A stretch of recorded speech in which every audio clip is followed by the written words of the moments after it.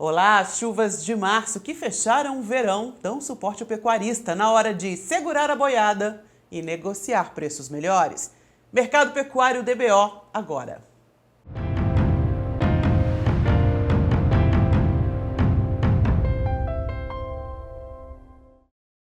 Safra de boi e a desova de animais no radar. O mercado futuro tem reagido aí a essa estimativa de uma entrega crescente. E o contrato para maio, apesar de ter reagido na última semana, trabalha próximo às mínimas do ano. A arroba do boi gordo acumula uma queda de mais de 7% de janeiro a março, de acordo com o indicador CPEA. A seca provocada pelo El Niño obrigou muita gente a entregar os animais antes da hora e até abaixo do peso, ajudando assim a manter as escalas de abate altas durante todos esses meses de 2024. Só que agora as chuvas que fecharam o verão melhoraram as condições das pastagens e nesse momento dão suporte ao pecuarista na hora de negociar. A pergunta que fica é: vender agora ou segurar um pouco mais? Eis a questão, né? Para falar sobre esse assunto, eu recebo hoje Douglas Coelho, analista da Radar Investimentos. Douglas, obrigado pela presença e eu começo com essa pergunta, né? Vende ou segura? Qual que é a estratégia?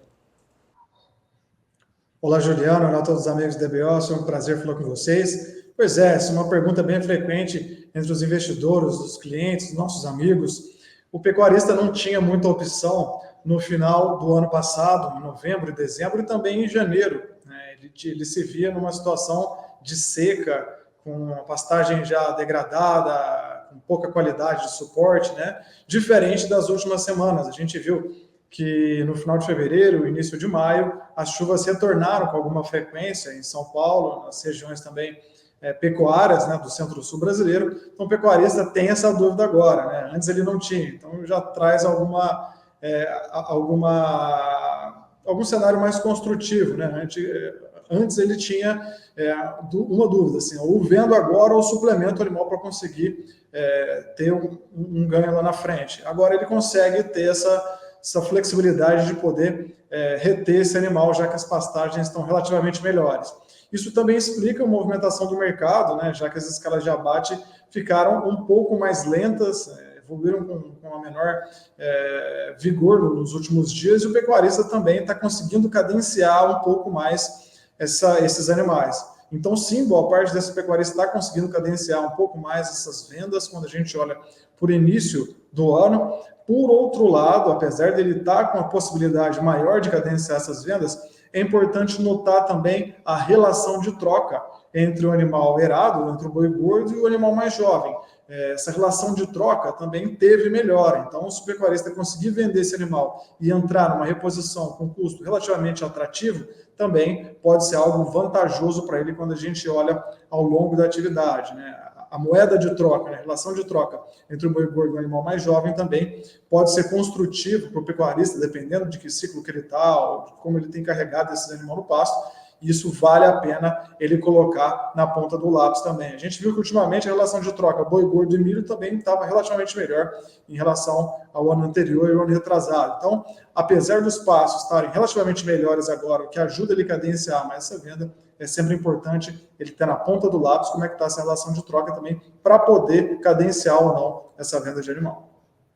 Douglas, ainda falando sobre a safra de bois, que a gente viu o preço bastante pressionado nas últimas semanas, parece que começou a reagir nos últimos dias, né? O que aconteceu? Exato, a entrada dessa última semana de março se mostra mais firme.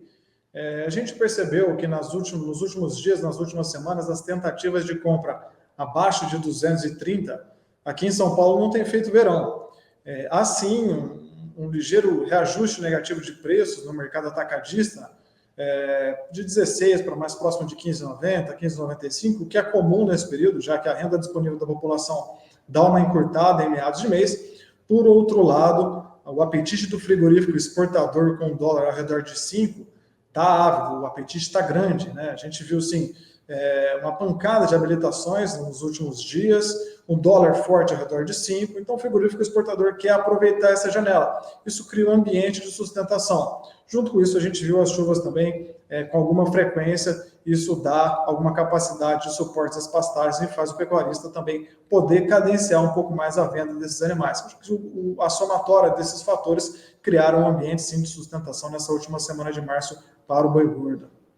E a tendência daqui para frente é seguir assim ou voltar para aquela pressão que a gente viu?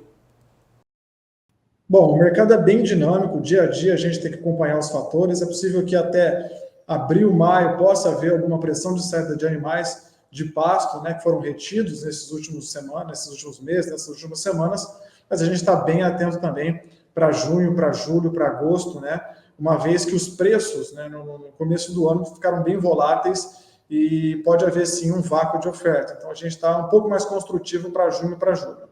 E passado, né, essa desova de animais de safra, junho e julho geralmente são meses em que a oferta dá sinais de desgaste. Então, possivelmente, uma melhora da visão das exportações, que hoje já estão muito boas, e um mercado interno relativamente mais firme, com uma oferta mais contida, pode sim dar alguma atração para os preços.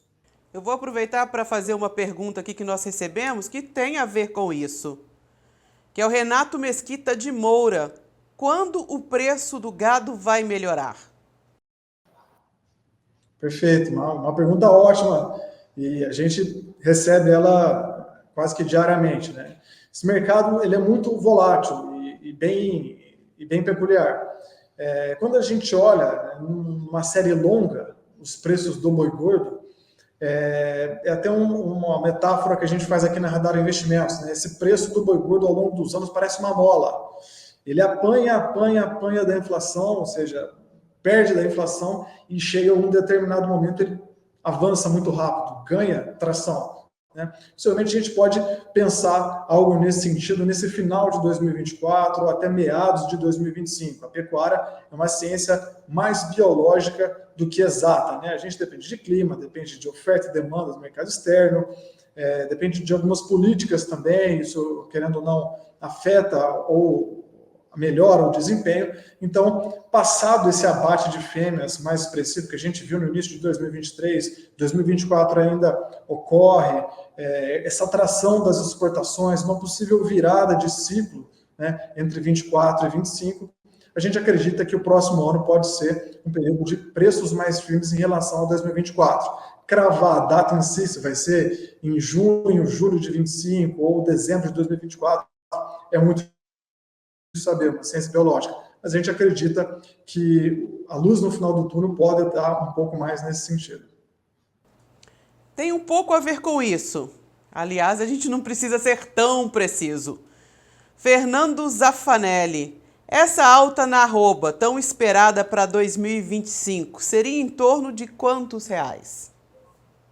Bom, cravar um preço também é bem difícil, mas pensar numa recuperação da arroba, hoje aqui em São Paulo a gente vê tentativas de compra ao redor de 225, que não tem feito o verão, tem saído negócio na casa de 230, 235, acho que algo ao redor de 250 é bem factível, né? E dependendo da demanda externa ou da recuperação da renda disponível da população, por que não pensar alguns reais acima disso também? Mas acho que 250 é algo bem factível, talvez não até para 2025, mas para o final de 2024, algo por aí, um pouco mais para cima também, a gente já pode ficar um pouco mais construtivo. A exportação começou muito forte, nosso principal importador está levando tudo e mais um pouco, dólar ao redor de 5, a gente tem decisão eleitoral nos Estados Unidos que naturalmente gera uma volatilidade do câmbio por lá e que não deixa a nossa carne mais atrativa no mercado doméstico, né? Então, se o mercado externo ganhar tração e o nosso mercado interno, olhando para a demanda,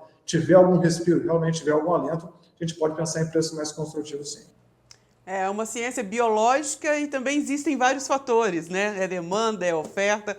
Mas às vezes as pessoas criam uma ilusão de que aqueles preços praticados lá em 2021, 2022, de quase R$400, você acha que um dia a pecuária pode voltar a trabalhar com esses valores? Já em 2025 a gente pode sonhar com isso?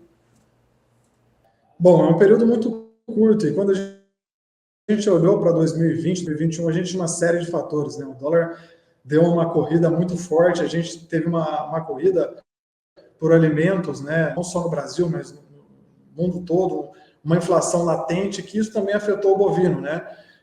Então, foi uma somatória de fatores que acabou levando o boi para aquele patamar.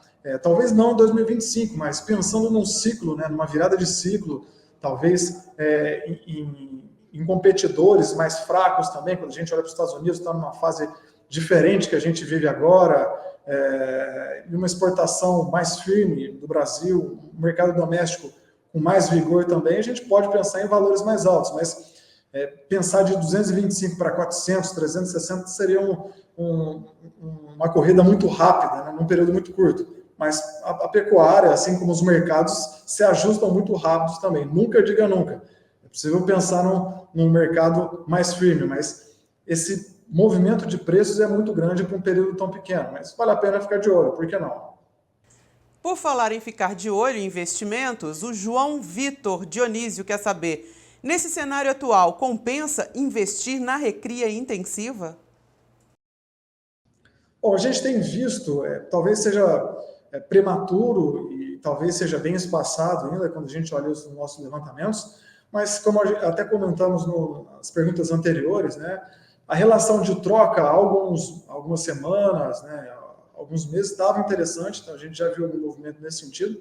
E quando a gente olha em leilões, em negócios esporádicos nas regiões do Centro-Sul também, a demanda por animais mais jovens tem ganhado tração, né? Talvez seja um bom momento para começar a olhar nesse sentido também. Essa virada de ciclo para aquele pecuarista que tem uma boiada extensiva, tem uma boa gestão de caixa, também consegue olhar com determinada atenção para as ferramentas de proteção de preço, tem alguma tecnologia em relação à suplementação, fábrica de ração, para poder terminar esse animal, dependendo da virada das condições de mercado, vale a pena ficar de olho. Pode ser um bom momento, sim. Douglas, te agradeço imensamente a presença e esperando por aí dias melhores e preços melhores também, né? Sem dúvida, sem dúvida. Se depender de todo o time da Radar Investimentos, os nossos amigos da DBO também fazem um bom trabalho. A gente tem que se manter firme esperando esses dias melhores. Estamos firmes por aqui também. Muito obrigado pela oportunidade. Obrigada, volte sempre. E se você está assistindo esse vídeo no YouTube, não deixe de curtir, compartilhar e seguir a DBO. Comente lá também. Pelo nosso Instagram, @portal_DBO, você pode mandar a sua pergunta, que eu vou em busca dos especialistas, como Douglas, para responder você. As notícias mais relevantes da pecuária de corte você confere diariamente no portal DBO. Muito obrigada pela companhia e até a próxima. Tchau.